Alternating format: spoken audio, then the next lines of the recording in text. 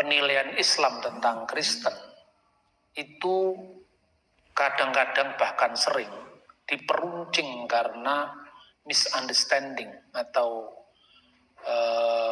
kesalahpahaman sebagian umat Islam tentang Allah Tritunggal. Iya, shalom bagi kita semua dimanapun kita berada saat ini. Kiranya kita semua tetap berada dalam keadaan sehat dan apapun yang merupakan aktivitas kita sepanjang hari ini, kiranya Tuhan Yesus memberkati. Dan kembali berjumpa lagi di channel kita ini, yaitu Semayani Yassin. Terima kasih buat teman-teman semua dan juga para sahabat yang sudah mendukung perkembangan channel ini dengan setia, dan kiranya kita tetap menggunakannya untuk menjadi berkat bagi semua orang.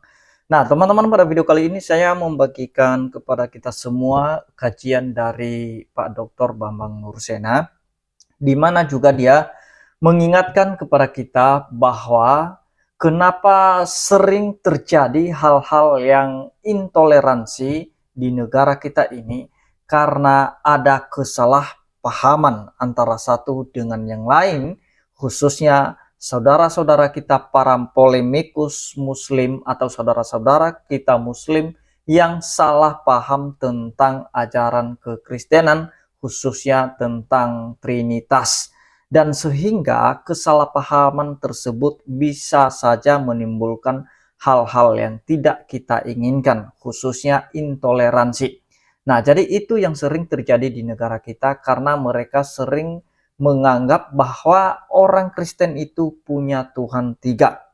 Jadi mereka memandangnya dari sudut pandang agama mereka. Jadi dari kesalahpahaman tersebut sehingga terjadi hal-hal yang anarkis, yang bisa menuduh orang Kristen itu kafir. Kenapa? Karena mereka menganggap Kristen tidak memiliki Tuhan yang esa. Oleh karena itu, mari kita simak saja kajian dari Dr. Bambang Nursena. Kiranya ini menjadi berkat bagi kita semua. Berkembangnya intoleransi beragama, secara khusus penilaian Islam tentang Kristen, itu kadang-kadang bahkan sering diperuncing karena misunderstanding atau kesalahpahaman sebagian umat Islam tentang Allah Tritunggal. Karena itu apa yang saya lakukan di Indonesia itu adalah bagaimana mencairkan kesalahpahaman itu. Tentu dalam nada dialogis, bukan perdebatan menang kalah, tapi membangun kesalahpahaman dalam dialog antara agama yang berbasiskan kerukunan, yang berbasiskan teologi religionum, di mana melalui dasar ini orang bisa memahami teologi masing-masing tanpa mengintervensi tafsir satu agama terhadap agama yang lain. Tapi itu pun juga tidak mudah, karena orang beragama itu lebih suka bertengkar ketimbang berdamai, ya kan? Nah, tapi saudara-saudara, meskipun demikian itu tetap dijelaskan. Nah, bagaimana kita orang Kristen menjelaskan tentang Tritunggal? Pertama-tama harus saya sampaikan, Tritunggal itu wilayah metafisika. Artinya beyond the physics, bukan bicara tentang 1, 2, 3, bukan bicara pendekatan yang sifatnya numerical atau bilangan, tetapi itu menyangkut misteri Allah dalam kekekalan. Saya bisa mengurai ini dalam dua pemahaman. Yang pertama, keberadaan Allah. Keberadaan Allah itu bisa dipahami dalam dua aspek. Yang pertama, ada demi dirinya sendiri, artinya ada demi diri Allah sendiri. Itu ada secara kekal. Yang kedua, ada dalam relasi dengan yang lain. Apa maksudnya? Ada karena diri sendiri. Ini pemahaman yang sifatnya ontologis. Ketika Musa dipanggil oleh Tuhan, awal perutusan Musa bertanya, nanti kalau mereka bertanya, bagaimana tentang namanya? Masmu dalam bahasa Ibrani, bagaimana tentang namanya? Nama itu di dalam pemikiran Yahudi bukan sekedar seperti nama orang, nama Jack, nama James, Tapi nama itu adalah pribadi yang dinamakan. Nama itu adalah pribadi yang mengungkapkan diri. Dan nama itu kuasa di balik yang dinamakan. Makanya orang membangun Menara Babel itu kan untuk mencari nama. Pertanyaannya, umur berapakah orang yang membangun Menara Babel itu? Katakanlah umur 30 tahun ke atas, masa belum punya nama? Kok harus mencari nama? Jadi nama di sini bukan sekedar julukan, tapi identitas, kemasyhuran. Dalam konteks seperti itulah Musa bertanya bagaimana tentang namanya. Lalu jawaban Tuhan apa? Asyar Aku ada yang aku ada. Inilah ada secara ontologis. Ada demi dirinya sendiri. Dalam kekekalan Tuhan yang seperti ini tidak butuh kata Maha Esa. Karena Tuhan sendiri waktu itu belum ada ciptaan, belum ada malaikat, belum ada langit dan bumi. Terus Tuhan dengan siapa? Dengan dirinya sendiri. Ngapain Tuhan itu? Dalam kekekalan ini loh, ya kan? Maka ketika orang mengatakan Tuhan itu esa, Tuhan itu tidak penting itu. Kalau sekedar mengatakan Tuhan esa, setan juga tahu kalau itu. Iya kan? Misteri inilah yang mau diungkap dalam Allah Tritunggal. Maka ada yang pertama. Diungkapkan asyar itu dari kata haya, bahasa Ibrani. Artinya ada. Artinya aku ada. Yang asyar aku ada. Dalam doa Yahudi yang namanya Adon Olam, Tuhan yang maha kekal. Yang kemudian sebagai orang Yahudi, Yohanes mengutip doa ini dalam Wahyu Yohanes di Pulau Patmos, Wahyu pasal 1 ayat 8. Nama itu diartikan yang ada, yang sudah ada, dan yang akan datang, yang maha kuasa. Ini dalam teks bahasa aslinya, maksudnya doa Yahudi itu. Kalau Yohanes menulisnya dalam bahasa Yunani Koine, itu adalah Vehu Hayah, Vehu Huwe, Vehu Yihye Batif Arah. Dia yang ada, yang sudah ada, yang seterusnya ada, yang maha kuasa. Inilah doa Yahudi. Nah, dalam konteks seperti itulah Tuhan dalam misterinya yang kekal. Kita renungi umat beriman. Kenapa Tuhan itu akhirnya kita simpulkan Trinitas. Jadi Trinitas itu bukan soal anak Allah terus kemudian kalau Tuhan beranak siapa ibunya, itu kan primitif sekali. Pertanyaan semacam itu kan pertanyaan setelah adanya manusia kan. Misalnya ciptaan, ya Tuhan itu esa. Ya kan adanya esa itu kan satu artinya kan. Esa itu kan bahasa Austronesia kuno. Tagalog sampai rote sama itu esa itu artinya satu.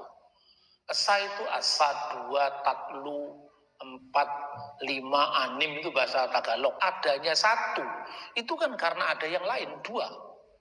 Mana mungkin kita ngomong satu kalau gak ada 2, 3, 4, 5. Nah, iya kan? Adanya aku, itu kan karena sudah ada yang lain. Karena ada engkau, maka ada pembeda aku dan engkau. Lebih dari dua, aku, engkau, dan dia. Lebih banyak lagi aku, dia, mereka, kalian. Itu semua sudah ada yang lain. Nah pertanyaannya, ketika Tuhan belum ada yang lain, dia satu-satunya yang ada, maka kata esa itu tidak penting. Allah mengatakan Tuhan itu esa, itu penting karena komitmen. Maka kita menyebut Tuhan esa itu Tuhan yang ada dalam relasinya dengan yang lain. Makanya ketika Tuhan memberikan 10 perintah yang dinamakan Asyeret Hadivarim, 10 perintah Allah di Sinai, baru Tuhan mengatakan apa? Pertama, menunjukkan siapa dirinya yang telah menolong umatnya. Anoki Adonai Eloheka Asher Husetika Me'aret Misrayim Mibet Afadim. Aku inilah Adonai, Tuhan, Allah sembahanmu yang membawa engkau keluar dari tanah Mesir, dari tempat perbudakan. Di sini ada Allah mendeklar apa yang sudah dilakukan kepada umatnya Israel. Lalu sekarang apa komitmenmu terhadap Tuhan yang telah menolongmu? Apa komitmenmu terhadap Tuhan yang telah menyelamatkanmu? Lo yihye leha Elohim akhirim alpanai. Jangan ada ilah lain di hadapan hadiratku. Ini komitmen. Kamu tidak boleh menduakan Tuhan, itu komitmen. Sebelum adanya ciptaan, Tuhan tidak butuh kata asa. Baru hukum ini harus kamu ajarkan kepada anak-anakmu ketika engkau bangun, ketika engkau menjelang tidur, ketika engkau dalam bepergian. Maka kemudian ada Shema Yisrael, Adonai Elohenu, Adonai Echad. Dengarkanlah wahai Israel, Tuhan sembahan kita, Tuhan itu esa. Nah inilah kata esa, kata echad itu muncul. Jangan dipotong langsung esa, tidak bisa. Nah, itu kan esa, itu menunjukkan komitmen manusia karena kita memahami keberadaan Tuhan dalam relasinya dengan yang lain. Lalu saudara-saudara, dalam perjalanan umat Allah ini, dari masa yang kita sebut perjanjian lama menurut istilah Kristen, sampai masa perjanjian baru. Penghayatan tentang Allah itu, selain kita melihat dari kitab suci, ya, tapi kita juga melihat dari liturgi. Begitu kita membaca kitab Taurat lembaran pertama, di situ sudah menyebutkan Allah, Roh Allah, dan Firman Allah. Bereshit bara Elohim et hasamayim ve et sa'aret. Pada mulanya Elohim Allah menciptakan langit dan bumi. Bagaimana keadaan bumi ketika itu? Veha aret hayyitah tohu wabuhu. Bumi itu belum berbentuk dan kosong. Wahosek dan kegelapan alfene tehom, menutupi samudra raya. Wiruah Elohim dan roh Allah merakefet alfene hamayim, melayang-layang di atas permukaan air. Roh Allah itu sumber hidup dalam diri Allah yang menyalurkan hidup kepada ciptaan yang masih dalam tahap pembentukan. Lalu weyumer Elohim, dan berfirmanlah Allah, Yehior, jadilah terang, maka terang itu jadi. Allah, roh Allah, firman Allah. 3 kali disebut kata Elohim itu menunjukkan eksistensinya hanya satu. Kenapa? Allah, roh Allah, firman Allah. Allah bicara eksistensi. Roh Allah bicara tentang rohnya sang eksistensi ini. Firman Allah, firmannya sang eksistensi ini. Maka satu dalam ketigaan. Kan begitu. Terus kemudian Mazmur 33 ayat 6. Oleh firman Tuhan langit dijadikan. Oleh nafas dari mulutnya segala bala tentaranya. Muncul lagi ada ketigaan ini. Ya kan? Kemudian pada masa perjanjian baru, ketika Yesus memberikan perintah pekabaran Injil, pergilah, jadikanlah semua bangsa muridku, dan baptiskanlah mereka dalam nama Bapa dan Putra dan Roh Kudus. Bahasa aslinya esto onomatopatros ketu iu ketu agiu pneumatos. Di dalam nama, di sini bentuk tunggal. Kalau kita memahami teks itu bentuk tunggal, bukan di dalam nama-nama. Bahasa Yunani esto onomata, tapi di dalam nama, in the name of the Father and the Son and the Holy Spirit. Jadi Father, Son and the Holy Spirit itu adalah one God. Clear sebetulnya. Nah, jadi itu dia videonya teman-teman. Kita sudah mendengarkan apa yang telah disampaikan oleh Dr. Bambang Nursena, dan kiranya ini menjadi berkat bagi kita, dan jangan sampai ada terus kesalahpahaman itu di antara kita, karena kita tidak bisa memaksa agama lain harus meyakini seperti apa yang kita yakini. Karena pasti berbeda keyakinan mereka dengan keyakinan kita. Namanya juga sudah beda agama, tentu saja beda pengajaran dan beda keyakinan. Jadi punya sudut pandang masing-masing untuk meyakini bagaimana keberadaan Tuhannya. Demikian juga saudara-saudara kita yang muslim, mereka juga punya keyakinan tentang bagaimana keberadaan Tuhan mereka. Demikian Kristen. Jadi kalau Kristen itu belajar tentang firman Tuhan atau tentang ajaran Kristen khususnya doktrin Trinitas, itu semuanya bukan hanya karena asumsi orang Kristen, tetapi istilah Trinitas atau Tritunggal itu didasarkan oleh ayat-ayat firman Tuhan. Nah, ada beberapa ayat yang disampaikan oleh Dr. Pak Bambang Nursena tadi, di mana itu menguatkan tentang ajaran Trinitas. Bukan masalah tiga Tuhan di situ, teman-teman ya, tetapi itu keesaan Tuhan itu berbicara bahwa bagaimana Tuhan relasinya dengan yang lain. Jadi mengatakan Tuhan Esa artinya bahwa jangan ada Tuhan yang lain di antara kamu selain Dia yang menciptakan langit dan bumi. Dan Dia, Allah yang menciptakan langit dan bumi itu punya firman, punya roh. Seperti para polemikus, para mualaf yang mengatakan Yesus itu bukan Tuhan, itu hanya mereka melihat dari satu sisi saja, yaitu sisi kemanusiaan Yesus, di mana Yesus di situ lapar, di mana Yesus di situ haus, istirahat, dan mereka sudah mengambil kesimpulan bahwa Yesus itu bukan Tuhan. Kenapa? Karena mereka lihat dari satu sisi saja.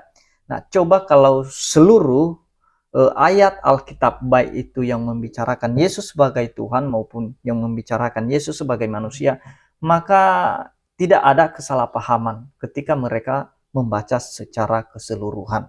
Tetapi pandainya mereka mengambil beberapa ayat saja untuk menyerang ajaran Kristen. Jadi kenapa kita harus terus belajar?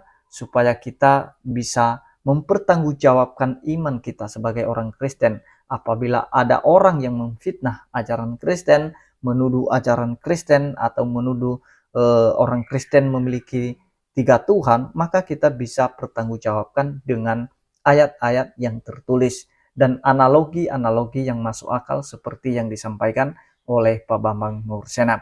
Demikian yang saya sampaikan. Kiranya Tuhan Yesus memberkati kita semua. Shalom.